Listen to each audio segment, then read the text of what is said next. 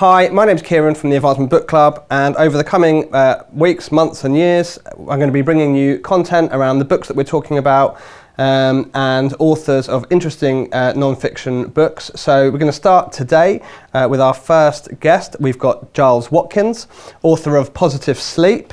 And I'm just going to get right into it, Giles. Right. So can you tell us a little bit about yourself, your background, and what made you want to write this book? What inspired you? What was your driver?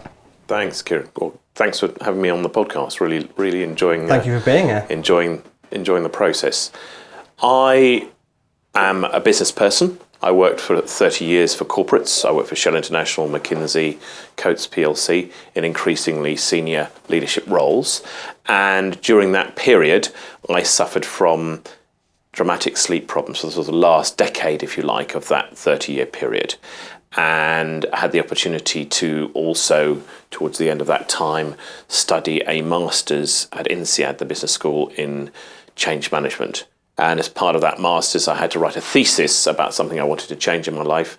And my sleep was something I wanted to change dramatically because it was absolutely terrible. So I studied the thesis, learned about my sleep, and began through that process to apply some of the techniques that I learned to myself, understand what my issue was, what my issues were, and help address them. And then a great friend of mine, Ben Renshaw, who's written about a dozen books, I was talking to him and he said, there's definitely a book in this. And I thought he was joking, went to see his editor and ended up publishing the book. So it was both a combination, if you like, of my personal journey and lived experience, and also a little bit of luck, if you like, as well. So you talk about that you had sleep problems yourself. So obviously that's where the book came from. So when you talk about sleep problems, I mean, people obviously think about insomnia and things like that. How does that impact your day-to-day life? So what are the kind of day-to-day issues? I suppose I'm thinking during the day rather than. So how would that impact your life? I suppose. Yeah. Well, with me there was a trigger. I was engaged to be married. I thought I was maybe going to be made redundant. My then fiancée thought actually I was going to be sacked. She didn't understand the process the company was going through. And I got very stressed about it, and that caused the trigger that gradually led me to sleep less and less and less every night, if you like. And as time went on, I got to the point where, well, firstly I was exhausted all the time because I wasn't getting proper sleep, and I was waking up way too early and wanting to sleep earlier than I should. So it started to affect me in terms of not wanting to maybe go out in the evening, socialise, certainly affected my personal relationship, it affected my energy with my son, who was quite young at the time, so running around after a toddler wasn't really something I wanted to do. And also I found I was, in the daytime at work, I was trying to catch naps all the time. So I was fortunate, I was living overseas quite a lot, often had someone else that was driving. I would always be trying to find 20 minutes snap in the back of the car or whatever. So I was constantly, a bit like, I suppose, a drug addict is always looking for the next fix. I was the person that was always looking for 20 minutes to grab a nap, especially in the afternoon. So it must have affected my cognitive ability as well in terms of meetings I was in and so forth. So problems with sleep really affected me at night, because initially it would mean that I would want to go to sleep really early, sort of 8:30, 9 o'clock. And then would wake up at 3, and I had what's called maintenance insomnia, which is when you wake up and you can't get back to sleep, which is the most common form. And at 3 a.m. I was like this. I was, wide awake. And as a result, I mean, it affects you in all sorts of ways. I mean, it's not great for the person that you're sharing a bed with to start with. At 3 a.m, the upside is that you can get plenty of things done. So I actually started...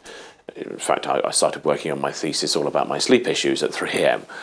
The downside is that, you're quite often you want to go back to sleep at 4 or 5, and then if you go back to sleep, you'll be in the middle of a very deep sleep when the alarm goes off. A lot of people, again, talk about the fact they'll lie awake for ages and then they'll just be nodding off when it's time to get up.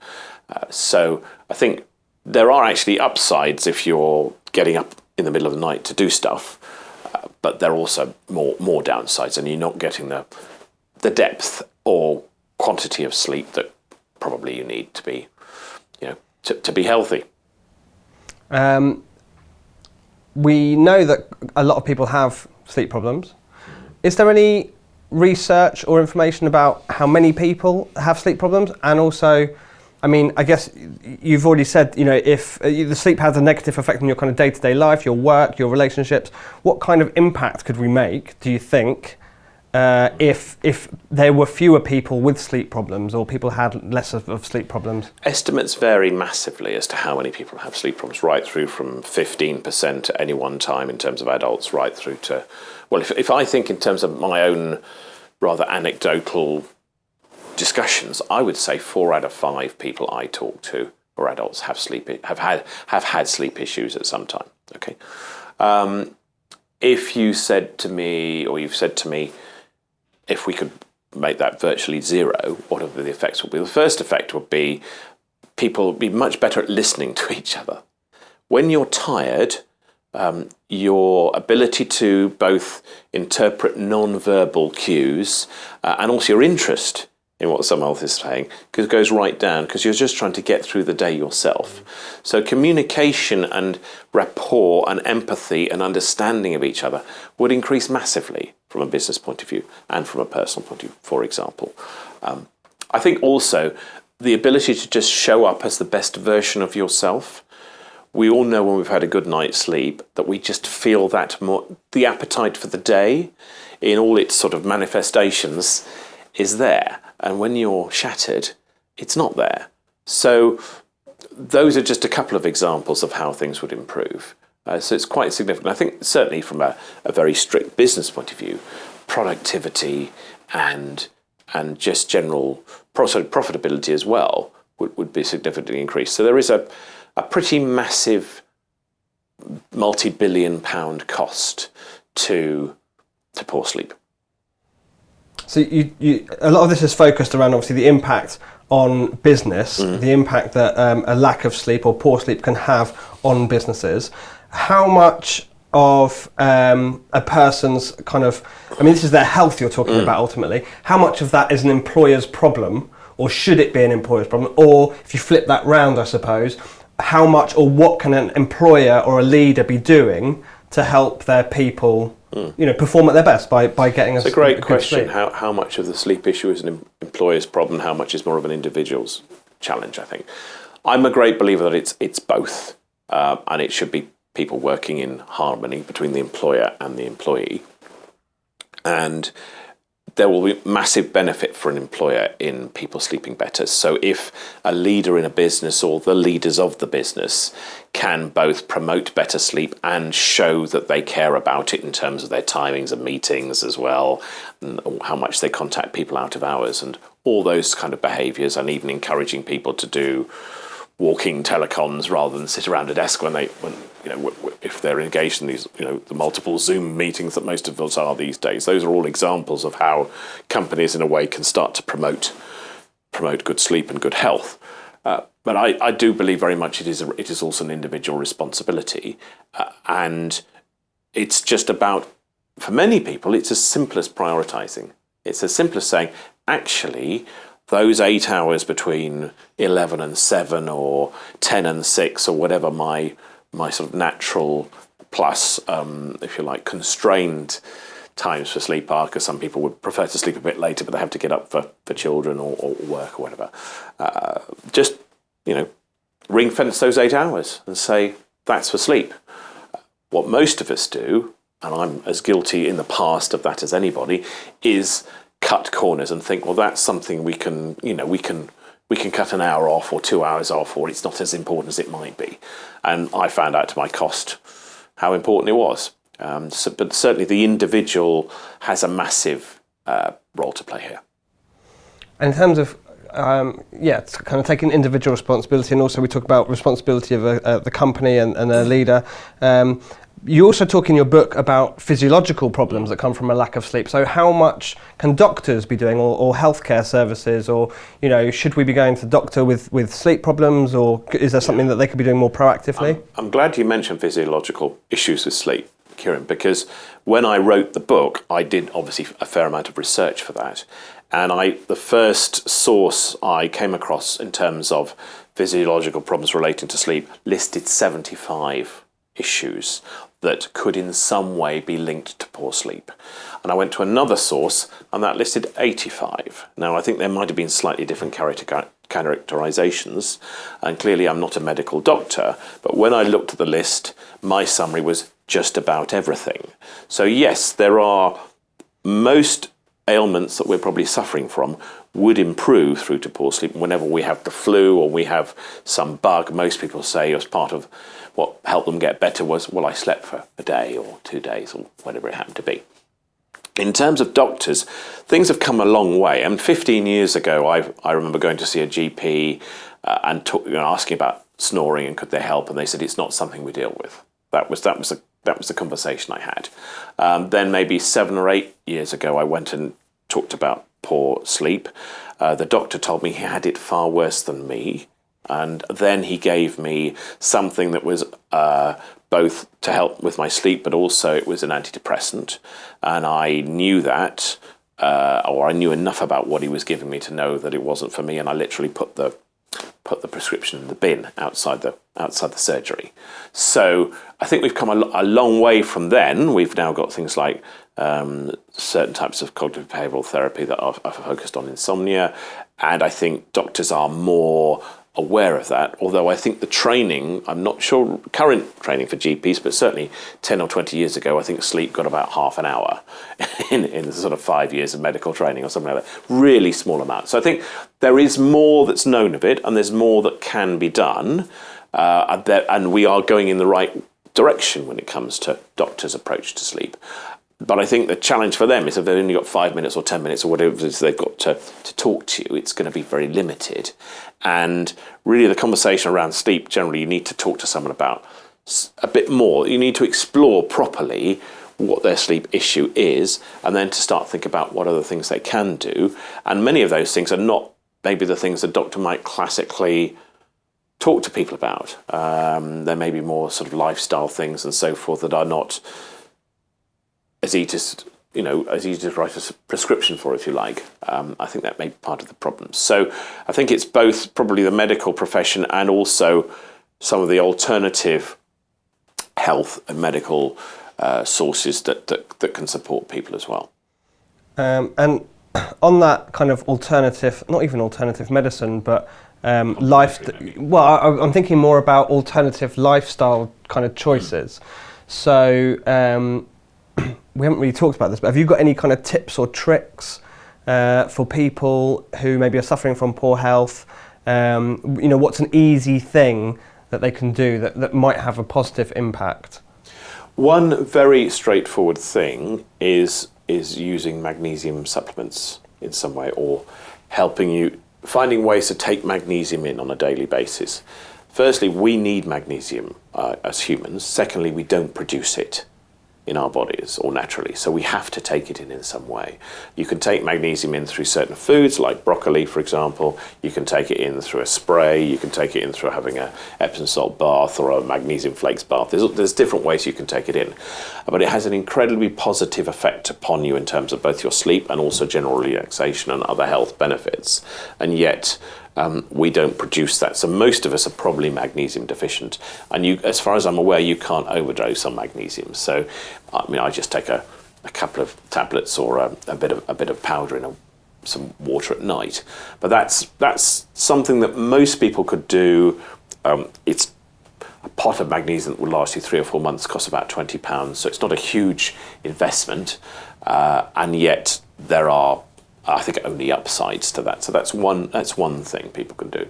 And I think another thing, as I've sort of alluded to before, is finding out, probably when you're on holiday or when you have a bit of a downtime, what your natural sleeping pattern is. And if it's sort of 10 till 7 or 12 till 6 or whatever it happens to be, hopefully a bit longer than 12 till 6, and then doing your best to keep to that pattern day in, day out, and I do mean at weekends.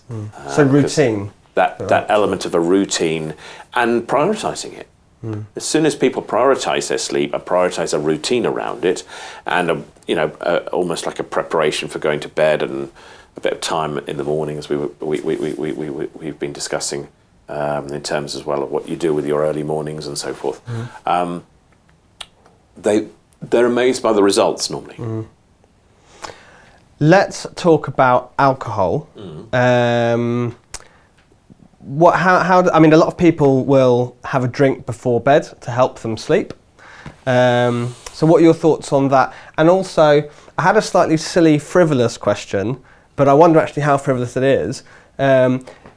Already, I can't turn up to work drunk. I can't drink and drive. Do you foresee a time when it would be illegal for me, or at least socially frowned upon, to drive whilst tired? Or that you know, I could be pulled over for that, or you know, I would be sent home from work because I'm overtired. Could that happen? Almost like a breathalyzer for being tired. Yeah, could that happen? I don't know. Okay, so let's. So there's two questions there. The first question is around alcohol and sleep and how it affects your sleep, really. And the second is around, could you envisage when almost tiredness or sleep or fatigue can be tested for, and that might stop you being able to drive or work and so forth. Take the first one, the sleep issue and alcohol. Essentially, alcohol is a sedative, so it will help you go to sleep, but it won't help you stay asleep necessarily. And sometimes the quality of your sleep will be affected. Also, if you've had a skinful, you'll need to get up and use the bathroom and not wake you up anyway. But generally, it's a bit like a sleeping tablet in that regard, and it will help you get off to sleep, but it won't keep you asleep. So the general advice that you read, if you read some research around this, is that the earlier you can have your alcohol, if you like, the better, which doesn't mean pouring claret on your cornflakes. It means if you have a drink at 6 or 7 p.m.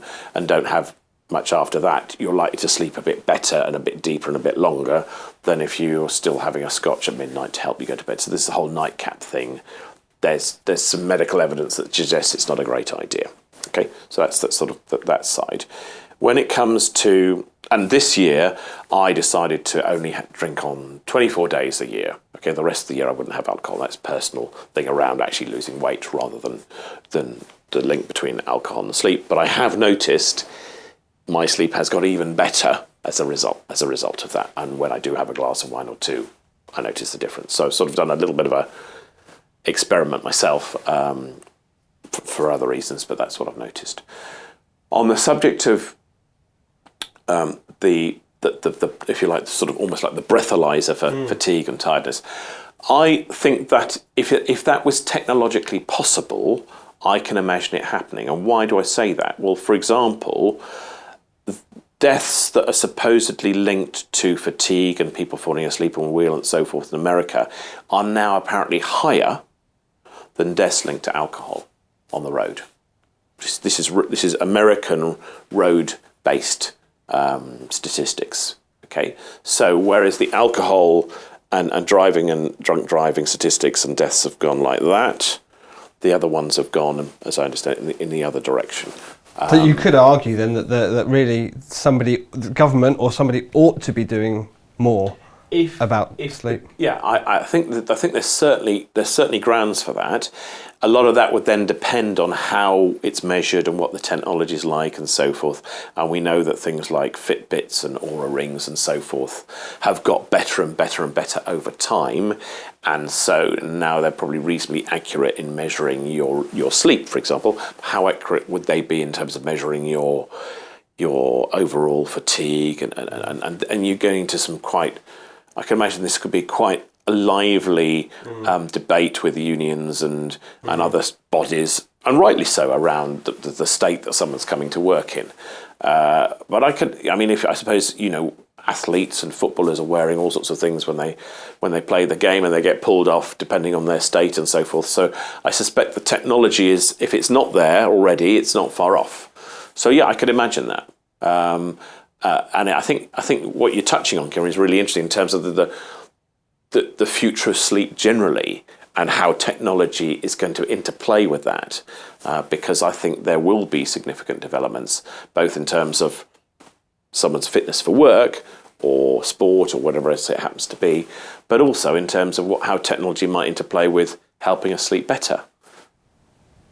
Do you think that could be something that's measured in the workplace as well? So I'm just thinking out loud, but at the end of the month, maybe I have a work review and I'm marked against how well I performed in XYZ. Do you think that employers might want to track sleep to have a measure of whether I'm performing at my best ability?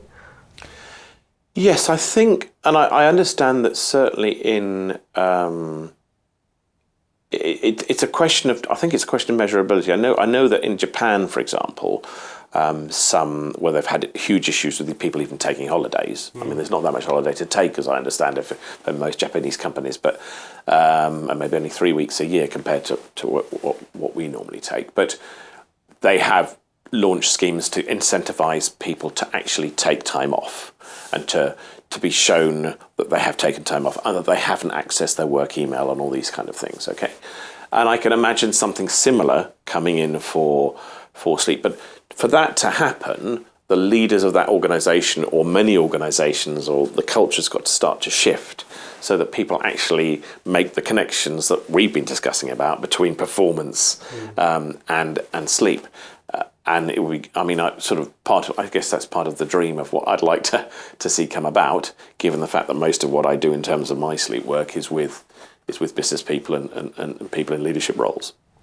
Yeah, I think, did I see in the last few weeks, the Japanese company is paying employees quite a significant amount of money to take holidays? That's right. That's right. That's certainly happened. And I know that also in certain European car companies, certainly in Germany, they had disconnected servers about 10 hours a day, I think it was, to make sure people were not sending emails or couldn't send emails in that time, and that was really came about due to the strength of the white collar unions saying, if you want people to be on call 24/7, you've got to pay them to be on call 24/7. So I do think there's moves in the right direction like that. And I also think that actually, whilst COVID led to digital nomads, people working all over the world and so forth, and maybe wanting to work on slightly different hours, there was also another move that said, which I see more widely also locally, which is people saying, my health really matters, and a general boom in the wellness industry. So small and medium-sized businesses, I know, now have to have a wellness proposition. If they're recruiting, people say, well, also, do you encourage me to, have you got a gym membership, or can I go off and do a yoga class and all that sort of stuff? And people are actually interested in how their employer views their health in a way that 5 years ago, particularly in smaller businesses, people weren't talking about. So I actually think that the trend is in that direction. A lot will depend on probably enough people doing it and the measurability of it, and those two things are probably linked. Because if you can rely on the data, then people might start getting interested in it. So, Giles, finally, I just want to ask, for you, Giles, the author, how have you found the process of writing this book? Have you learned anything from it? And most importantly, what will the next book be? Well, in terms of the process of writing the book, that began when I wrote the thesis when I was doing the Masters some years ago. In fact, sort of 2014, 2015, so quite a long time ago. And that whole process led me to understanding my sleep and that being able to sleep properly. So it was life-changing for me just going through that process. And then, as I think I mentioned earlier, I met an old colleague of a friend of mine who helped me then see the opportunity to write the book. Writing the book, I learnt a lot more because the thesis was very much about my personal experience and what I'd been able to do. So actually to write the book, I learnt more, especially around the science of sleep. And the next step for me actually is a second edition, because the book sold quite well. There's been a fair bit of interest in it. So the publisher came to me earlier this year and said, would you write a second edition? So literally over the next month, I shall be doing that. I shall be adding in a whole section around how COVID affected our sleep and our sleep habits, and also a bit touching on what we've talked about earlier, the future of sleep, how technology can hopefully help us sleep better, and how that may impact in terms of professional cultures and other aspects between work and sleep as well. So I find that really interesting, really exciting, and I think the the focus on this subject will only increase. Well, I've obviously read the first one. I look forward to reading the second one. And should we wrap it up? And thank you very much for joining us. It's been wonderful. And I look forward to seeing you again soon. Thanks, Kieran.